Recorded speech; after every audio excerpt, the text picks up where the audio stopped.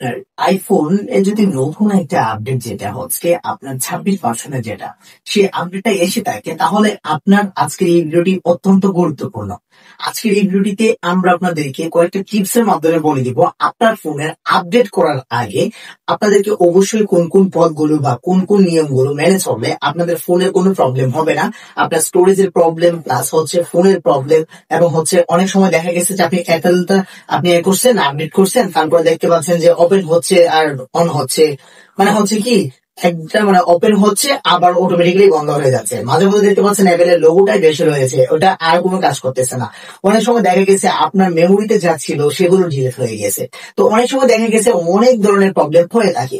তো আজকের এই ভিডিওটিতে আমরা কয়েকটা টিপস এর মাধ্যমে বলে দিব যে টিপস গুলো অবলম্বন করলে আপনার অ্যাপেলে যখন আপনি আপডেট করবেন বা হচ্ছে ভার্সন করবেন, আপডেট করবেন, তখন আপনার কোনো প্রবলেম ফেসে পড়তে হবে না বা সকল ধরনের সমস্যা থেকে মুক্তি পেয়ে যাবেন। তো হ্যালো প্রিয় দর্শক, আসসালামু আলাইকুম। আশা করছি প্রত্যেকেই অনেক অনেক ভালো আছে। দেন আজকের এই ভিডিওটিতে আমরা আপনাদেরকে নিয়ে আসলাম যে কয়েকটা টিপস এর মাধ্যমে বলে দিব অ্যাপেল বা হচ্ছে আইওএস ভার্সন আপডেট করার আগে আপনাদেরকে কি কি টিপস মেনে চলতে হবে। তো ফার্স্ট অফ অল চলুন আমরা টিপস গুলো দেখে আসি। তো এখন ফার্স্ট অফ অল টিপসটা হচ্ছে আপনি যখন আইওএস ভার্সনটা আপডেট করবেন তখন আপনাকে বুঝতে হবে যে ভার্সনে কি কি চেঞ্জ হবে বা কি কি চেঞ্জ হতে পারে সেই বিষয়ে দেখে আপনাকে কিন্তু আপডেট করতে হবে। তো অনেক সময় দেখা গেছে আমাদের ক্যামেরার প্রবলেম থাকে, তো ক্যামেরার প্রবলেমের জন্য আমাদের কিন্তু আপডেট করার দরকার হয়ে থাকে। ক্যামেরাতে প্রবলেমের জন্য আমাদের কিন্তু আপডেটটা অত্যন্ত গুরুত্বপূর্ণ। তো অনেক সময় দেখা গেছে যে আপডেট কেন দেয়, আমরা অনেকে প্রশ্ন করে থাকি যে ভাই আপডেটটা কেন আসে। আপডেট এই কারণেই আসে যখন একটা ফোন মানে এডিটিং করে বা হচ্ছে মেক করে মানে তৈরি করে, তখন আপনাদের কয়েকটা প্রবলেম থাকে। যেমন হচ্ছে সাইড হচ্ছে আপনার software problem, camera problem, battery হেলথের প্রবলেম, ব্যাটারি প্রবলেম থাকে।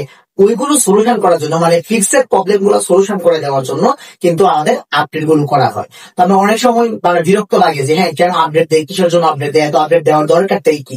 আপডেট দেয়, আপডেট হচ্ছে যে কোনো ত্রুটিকে সমস্যার সমাধান করার জন্য কিন্তু আপডেট গুলো দিয়ে থাকে। তো তার কারণে আমাদের কিন্তু র্যাম স্টোরেজ এগুলো আমরা কিন্তু ফিল আপ হয়ে যায়।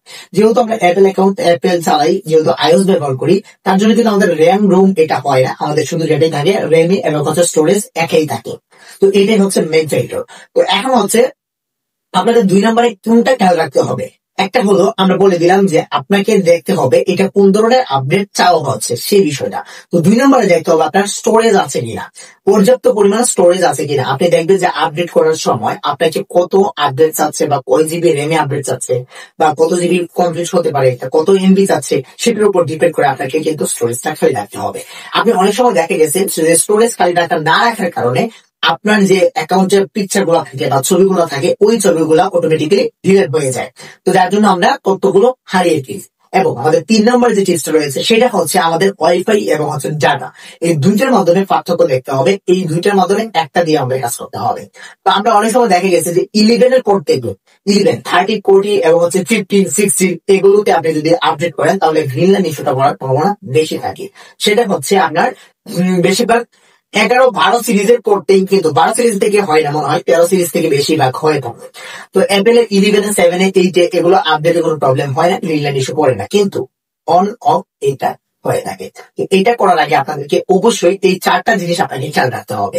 ফার্স্ট অফ অল হচ্ছে আপনাকে চার্জে দিয়ে এই আপডেটটা করা যাবে না।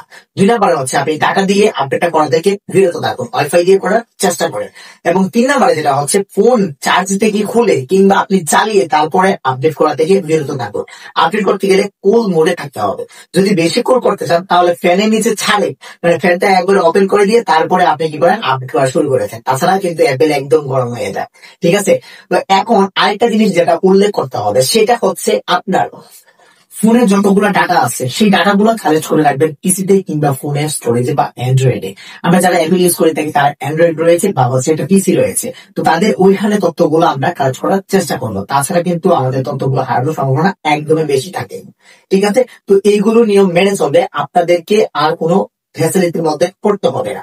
তো আমাদের আর কয়েকটা টিপস রয়েছে যেগুলো হচ্ছে আমরা একটু দেখাই। এখান থেকে আপনার স্টোরেজ খালি রাখাটা তো বললাম, এখান থেকে চার্জটা হচ্ছে আপনার অত্যন্ত গুরুত্বপূর্ণ। আমরা নোট করে রেখেছি যার জন্য মানে বলে সবটা বোঝানো হচ্ছে না। আচ্ছা, চার্জ আপনাদেরকে ন্যূনতম 50% আপ রাখতে হবে, ন্যূনতম 50% আপ রাখতে হবে, আপনাদেরকে এটা মাথায় খেয়াল রাখবে। তো এবং ওয়াইফাই কানেকশন করে আপডেট দিলে আপনাদেরকে ডাটা বা খরচ যেমন আপনার এমবি কস্ট বেশি লাগে, তো ওই জিনিসটা দেখে মুক্তি পাবেন, ওয়াইফাই দিয়ে ট্রাই করার চেষ্টা করবেন। এবং পাসকোড, অ্যাপেল আইডি, এগুলো আপনার মনে রাখতে হবে মাসলি, কারণ এগুলো যদি মনে না রাখেন অনেক সময় দেখা গেছে যে আপনার উইন্ডোজ এর মতন, যেমন আমরা পিসিতে উইন্ডোজ দেই, উইন্ডোজ এর মতো হয়ে গেছে, আমাদের অ্যাপেল আইডিটা কেটে গেছে, আমরা চাইলে ওটাকে আবার রিকভারি করতে পারি। এবং বাড়তি সতর্কতা, যদি ফোন পুরাতন হয়, যেমন 7 মডেল, আগে দেখে নিও যে আইওএস মডেলটাকে ওখানে রানিং করতে পারবে কিনা, সেই বিষয়টা এ পর্যন্ত ছিল। এই কয়েকটা ধাপ যদি বা স্টেপ বাই স্টেপ আপনি ফলো করতে পারেন, তাহলে আশা করি আপনাদের কোনো আপডেটের প্রবলেম হবে না। তো আজকের ভিডিওটা এই পর্যন্ত ছিল, আশা করছি প্রত্যেকে অনেক অনেক ভালো লেগেছে। দেন আমরা আগামীকালকে যে iOS এর 26 এবং 18 যে আপডেট আসছে, সেই আপডেটটা করলে কি হবে বা কিভাবে আপডেটটা করলে ভালো হবে, সেই নিয়ে কথা হবে। তো দেখা হচ্ছে নেক্সট ভিডিওতে। ততক্ষণ পর্যন্ত ভালো থাকবেন, সুস্থ থাকবেন। আল্লাহ হাফেজ।